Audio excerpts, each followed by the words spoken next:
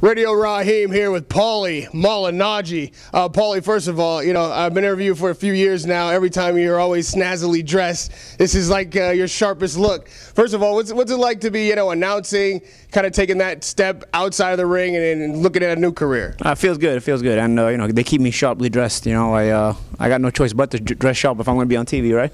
So it feels good, and it's less painful. You get hit, you don't get hit.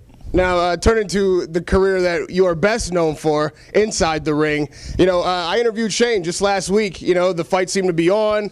The press was starting up about it, and then all of a sudden it seems to have fallen out. First of all, is that true? Who are you fighting next? Yeah, I don't know. The fight seems to have fallen apart. I wasn't asking for anything that wasn't on my contract. It was the purse was fine. It wasn't contrary to popular belief. I didn't turn down the purse. I actually accepted the purse. There's just certain stipulations in my contract that I'm owed as a main event fighter, and it's the first time I'm a main event fighter with Golden Boy, at least in the United States. So I was just trying to basically, without getting into too much details, I wasn't trying to ask for anything that wasn't already owed to me as per my contract deal. So the entire reason that the fight's not happening, it's contractual. It has nothing to do with the matchup or the opponent. Not at all. Not at all. As a matter of fact, like I said, I had accepted not only the fight, but I had accepted the purse as well.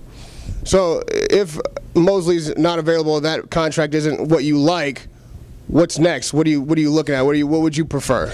I don't know. Well, my team is going to meet with Golden Boy this week, and we'll try to figure out a deal, or try to figure out a plan or something, or try to figure out just a situation where everybody is mutually happy. Like I said, I'm not asking for anything that's not on my contract, but obviously if I have a problem in this fight, it's going to be a problem in every fight that I'm a main event in. So we have to come to an agreement somehow or some way.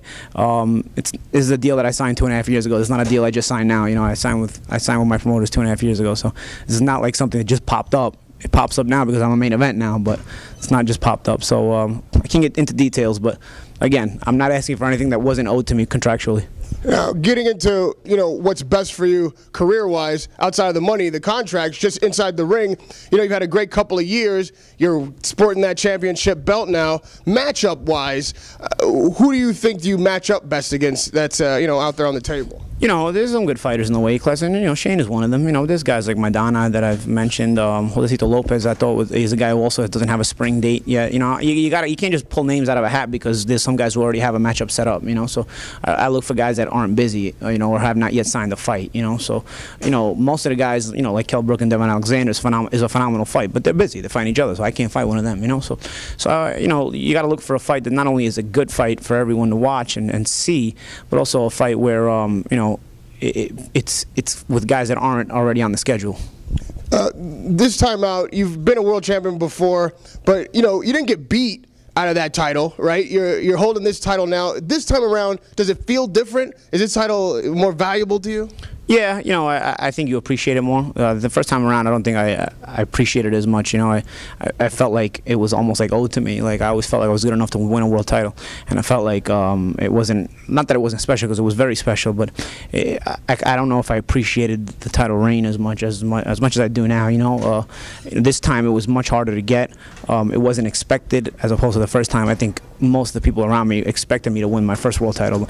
I don't think a lot of people expected me to win my second world title. So, I think what gets lost in all of the criticism for Paulie Malignaggi is you don't realize the longevity of my career. I may not always win looking good, but I've won more than most of my peers in my generation and generations past, or generations even after me. I've got an 11-year pro career. Most of it has been spent at the top of the boxing ladder. So I feel like I should be given a little more credit, but at the same time I don't expect it. But I'm still holding a world title no matter what anybody says, or no matter how anybody likes it. And also another name I got to mention is my mandatory Diego Chavez. He's not too known in the United States. He's undefeated, and he might be a possibility that I may have to fight too. Now, Paulie, I think at this point you're maybe more popular now than even you were at the beginning of your career. You're more respected, but with the Mosley fight, people were still picking Mosley. Like, he hasn't won a fight in 4 years.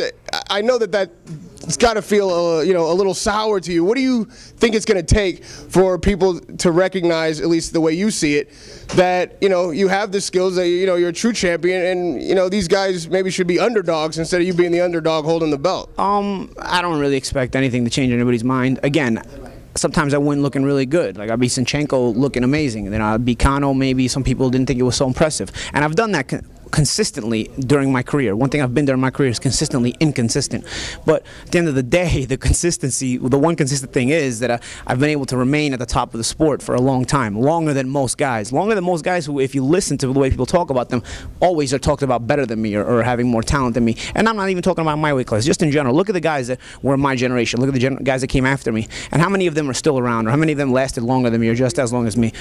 Aside from elite guys, very, very little guys, you know? So, you know, it gets lost in the mix, but I don't expect it to change. I don't have a style that people really appreciate, but at the end of the day, you know, my bank account speaks for itself. I've been here long enough to where I've made a pretty good living for myself. Now, you in your early 20s, I mean, early 30s, about 32, you know, this is your second championship, like you say, you value it more, you appreciate it more. This is a lot of the times when guys start to make their legend, you know, make their name. Not that you're on your way out, but this is the second half of your career for sure. What kind of mark do you feel like you left in the first half of your career, and what's changed about Paulie Malignaggi? Are you getting better? You know, what do we see in the second half that maybe you didn't see in the first half? I just feel like, again, aside from appreciating it more, I feel like it's a situation where, you know, I've learned more, and I'm not as wild, you know. I don't know, you know. I think the second part of my career, you appreciate it more because you understand things a little better. You know, the first part of my career, it was kind of like a blur. You know, it was just happening, and you know, I just felt so entitled, even if a lot of people didn't, you know, feel I was entitled to anything. I just felt so entitled. And the second part of my career, just been a blessing because, you know, I didn't feel very entitled at all. You know, I wasn't sure if I'd be here where I am, and so the appreciation of it kind of lets you take a step outside and take a step back and say, hey, man, you know, this is not an easy way to make a living. Most guys will never win a world championship. Even if people have a problem with the alphabet titles and say, oh, they give the alphabet titles away for free nowadays, they don't give them away that free, because most of the fighters that they say are better than me don't have world titles. You know, you look at guys who, I don't know, I'll run off a couple of names. For example, guys like Edison Miranda will hype more than me. Guys like Alfredo Angulo hype more than me. Guys like James Kirkland are hype more than me. And the list can go on and on. None of them have ever won an alphabet world title. None of them. The interim doesn't count. You know what I'm saying? So, and the list can go on and on. I'm just running names off the top of my head. You know, I've won 2 of them. I've won 2 legitimate world titles. You know, so I've done things that most people will never achieve. And no matter how I've gotten them fighting. You know, and I never had anything handed to me. You know, I had to go to Ukraine to win my world title in a fight where nobody picked me to win. In a fight that nobody wanted to take because they had to go over there to take it, and you know, I had to go do it. You know, it hasn't been easy, but you know, you don't appreciate the good times without going through the rough times. You know. And lastly, Paulie, now that you're on the outside of the ring, you're you do your analysis. It's 2013, start of a new year. Who are you seeing, the up-and-coming guys, the young guys? Who do you think, you know, is about to make a mark in the sport? And then, are you looking to face those guys? Are you, you know, sizing up the young guys' competition? Oh, so you're looking at some of the young guys in my weight class? Young guys in my weight class right now, I mean, who do we got? I mean, it seems like the welterweight division is, I don't know, it's not that young. I mean, guys like Kell Brook are young. I mean, granted, I'm one of the older guys, so I can't say not that young because they're all pretty much younger than me, you know? But, you know, Devin Alexander's young, but he's in his prime at the same time. He's not a young guy, you know? Kell Brook is a young guy coming up, you know? That's outside of welterweight, I'm saying as an analyst. You know, yeah, I see guys who can take the sport to the next generation. You know, Danny Garcia is a fun fighter to watch. He's young. Adrian Broner is a fun fighter to watch. He's young. Andre Ward is in his prime right now. I think he doesn't get enough appreciation, you know? And these are American fighters, you know? I think there's too much hype that goes out to the foreign fighters that we let them come here and make money, and that's not anything against them because they're good fighters if they earn it. But I think we got to hype our own guys too, because we got some guys that can fight here and they don't become superstars because we don't allow them to become superstars. We're making these foreign guys into superstars because they're coming with a lot of fanfare. We got more fighters here that know how to fight than any other place in the world. Just because they're not stars doesn't mean they can't fight better than anybody else in the world. And the problem is we don't give them the same fanfare, so these foreigners become more popular than our guys. But we got the best fighters in the world in this country. I firmly believe that. Thanks, Paulie. Radio Rahim with Paulie Malignaggi.